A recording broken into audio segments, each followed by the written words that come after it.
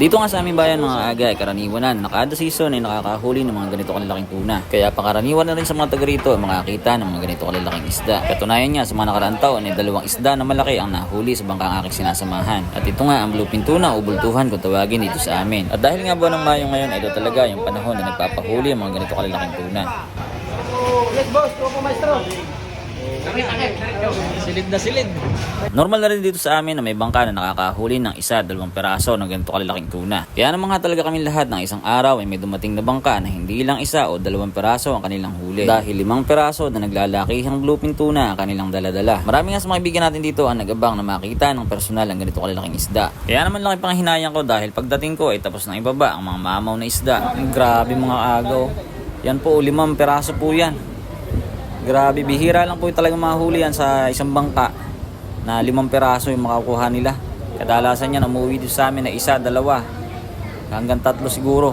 Pero itong 5 peraso, tingnan nyo naman po.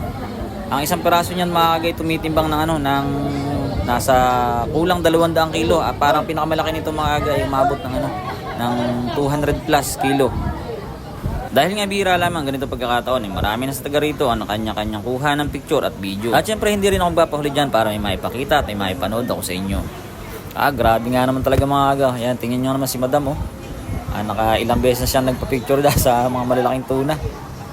Talaga naman kahit sino talaga ay mamamangha, lalo na pagbihira mo lang itong makita, ay talaga namang makukuha yung attention mo na may mga ganito pala kalalaking isda na nahuhuli dito sa dagat Pasipiko.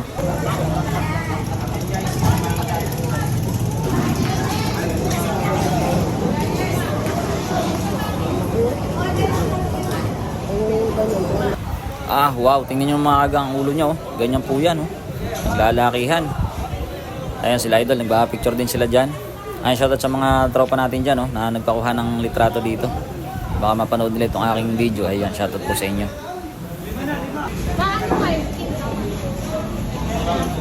Tingnan mo, dapat na picture.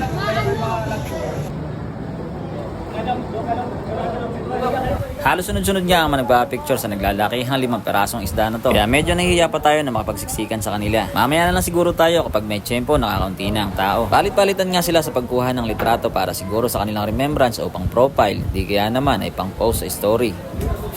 Tingnan nyo naman mga aga, kanya-kanya silang post sa kanilang mga pagpapicture. Hindi na rin tayo nagtagal sa puntong ito dahil tapos na rin naman na matimbang ang mga isda pagdating ko. Sayang talaga mga aga dahil hindi talaga natin naabutan pero okay lang at least ay napakita ko pa rin sa inyo. At siguro bawi na lang tayo next time pero alam naman natin na bihirang-bihira lang na magkaroon ulit ng mga ganito pagkakataon na may 5 perasong isda na mahuhuli na isang bangka. Lahat pa man din ng mga mamaw, sayang. Ayan, hanggang dito na lang mga aga. Maraming salamat po.